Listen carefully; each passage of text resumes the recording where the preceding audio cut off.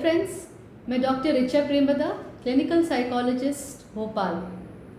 आज मैं आपसे एक मेंटल इलनेस के बारे में डिस्कस करूंगी जिसको कि हम स्किज़ोफ्रेनिया के नाम से जानते हैं।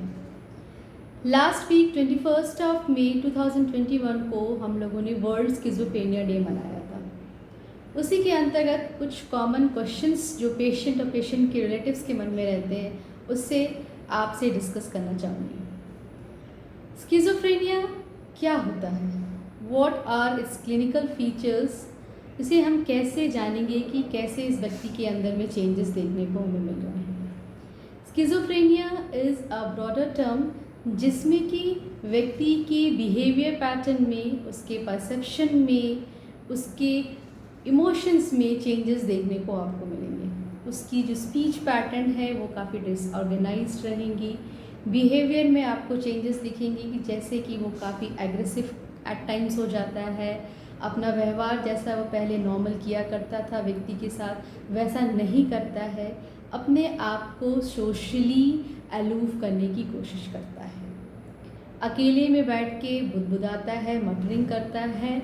आसपास कोई नहीं भी रहता है तो वो ऐसा लगेगा कि वो बातें कर रहा है। Actually the patient has away from the reality. वो एक ऐसी चीज़ों के बारे में बात करेगा जो वहाँ मौजूद नहीं है। उसे आवाज़ें सुनाई देंगी, उसे ऐसी चीज़ें दिखाई देंगी जो रियल में वहाँ मौजूद नहीं है, जिसको कि हम हैलुसिनेशंस के नाम से जानते हैं। Hallucination is basically in short perception without an adequate stimulus.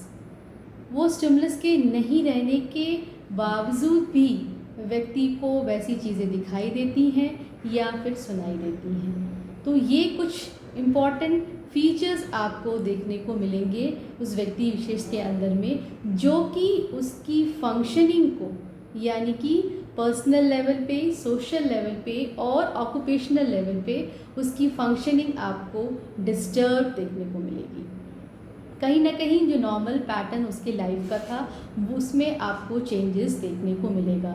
अपने आप को बिल्कुल अलग थलग रखेगा, सोशल गैदरिंग को अवॉइड करेगा, प्रॉपर हाइजीन और स्लीप पैटर्न भी आपको डिस्टर्ब देखने को मिलेंगे। ये सारी चीज़ें रिमेंबर दैट अगर हम ग्लोबली फंक्शनिंग यानी कि पर्सनल, सोशल और ऑक्यूपेशनल एंड स्पिरिचुअल लेवल पर डिस्टर्बेंसेस देखते हैं तो we need to give him immediate help with the help of mental health professional। उसे मदद की ज़रूरत है जिसको कि हम स्किज़ोफ्रेनिया या मनोविदिलता नाम की बीमारी से जानते हैं। अब जानेंगे कि इसके प्रकार कितने हो सकते हैं। इसके प्रकार में यानी टाइप्स को देखेंगे तो paranoid schizophrenia, hebephrenic schizophrenia, catatonic schizophrenia, इस तरीके के टाइप्स हमें देखने को मिलते हैं। पैरानॉइड में व्यक्ति काफ़ी सस्पिशियस होता है टुवर्ड्स समबडी और टुवर्ड्स द एनवायरनमेंट। उसे ऐसा लगेगा कि लोग मुझे मारने की कोशिश कर रहे हैं, मेरे बारे में बातचीत कर रहे हैं। वो चीज़ें जो रियल नहीं हैं वो उसे दिखाई देंगी और वो उसके प्रति सस्पिशियस हो जाएगा। सेकेंडली, कैटाटोनिक स्किज़ोफ्रेनिया में आप देखेंगे कि ये मोटर से रिलेटेड चीज़ें रहती हैं। व्यक्ति की बॉडी स्टिफ हो जाएगी, उसकी मोटर मूवमेंट्स में प्रॉब्लम रहेगी। वो एक जगह बैठा है तो बैठा है एक पोस्चर में दिखेगा आपको, मूवमेंट आपकी काफ़ी उसकी कम दिखाई पड़ेगी। Stereotypical thinking at times aggressive भी हो सकता है। एक्सप्रेशंस ऑफ इमोशंस, ये बहुत इम्पॉर्टेंट डायग्नोस्टिक फैक्टर्स है स्किज़ोफ्रेनिया में।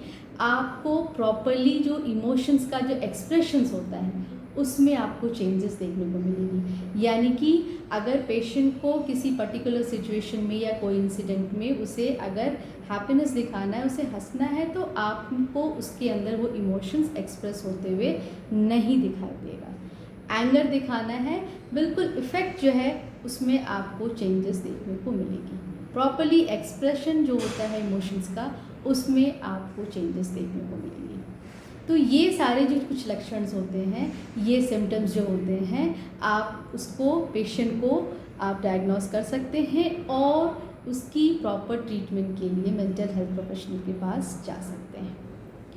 अब जहाँ तक इसके कारण यानी कॉजल फैक्टर की बात आती है, again the biopsychosocial model play a role in biological factors अगर हम देखेंगे तो ये अनुवांशिक यानी हेरिडिटरी प्रॉब्लम हो सकती है। दूसरी, केमिकल सब्सटेंस के चेंजेस यानी न्यूरोकेमिकल यानी न्यूरोट्रांसमीटर्स के चेंजेस से भी एक समस्या उत्पन्न हो सकती है, जैसे कि डोपामिन के लेवल और सेरोटोनिन के लेवल में डिस्टर्बेंसेस अगर आप देखेंगे तो उससे भी समस्या उत्पन्न हो सकती है।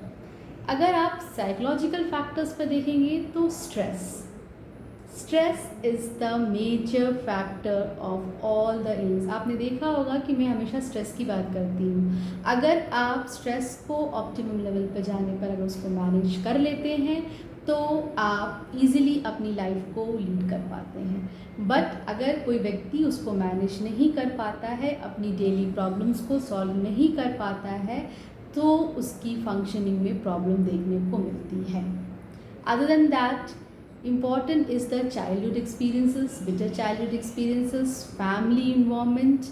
If the parents are divorced, separated, all these factors played a very important role in the causal factor of schizophrenia. अगर पेशेंट की कोई चाइल्डहुड एक्सपीरियंसेस यानी अब्यूज़ की कोई हिस्ट्री है या बुलिंग की कोई हिस्ट्री है, तो ये सारे जो फैक्टर्स होते हैं इम्पॉर्टेंट रोल प्ले करते हैं। एक्सप्रेस इमोशंस, आपने सुना होगा कि हम एक्सप्रेस्ड इमोशंस की बात करते हैं। एक्सप्रेस्ड इमोशंस वो होता है अगर पेरेंटिंग स्टाइल्स में प्रॉब्लम आ रही है, यानी फैमिली में ओवर प्रोटेक्टिवनेस है, ओवर इन्वॉल्वमेंट है, क्रिटिकल कमेंट्स है, हर बातों पे आपको कमेंटिंग टाइप की फ्रेम, तो वो क्या होता है कि अपनी मानसिक संतुलन को वो खो बैठता है। उसे ऐसा लगता है कि मैं काफ़ी इन्फीरियर फील करता है, अपने आप को उस स्ट्रेसफुल सिचुएशंस में मैनेज नहीं कर पाता है, जिसकी वजह से जो एक हेल्दी पर्सनालिटी डेवलप होनी चाहिए थी वो डेवलप नहीं पाती, यानी कहीं ना कहीं उसकी जो कोपिंग स्ट्रैटेजी है वो फेल हो जाती है, जिसकी वजह से हमें ये समस्या देखने को मिलती है। अब एक बहुत ही इम्पॉर्टेंट सवाल आता है कि क्या इसका इलाज संभव है? Yes, it is treatable. इसको अगेन हम बायोसाइकोसोशल ट्रीटमेंट पे करते हैं। बायोलॉजिकल फैक्टर्स में अगर बायोलॉजिकल डिस्टर्बेंसेस देखा हमने तो न्यूरोट्रांसमीटर की डिस्टर्बेंसेस, जिसको कि हम मेडिसिन से मैनेज कर सकते हैं।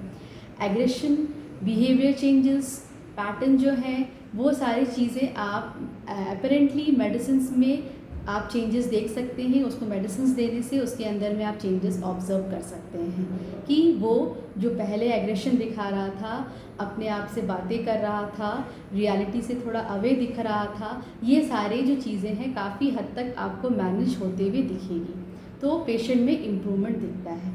बट वेरी इंपॉर्टेंट थिंग होता है जो कि फैमिली मेम्बर्स आके पूछते हैं कि मैम जैसा ये पहले था, पहले जो इसकी फंक्शनिंग थी, ये अच्छे से अपने काम करता था, ऑफिस जाता था, स्पिरिचुअली अपना काम करता था, ये सारी चीज़ें वो फंक्शनिंग जो है वो प्रॉपर नहीं आई है।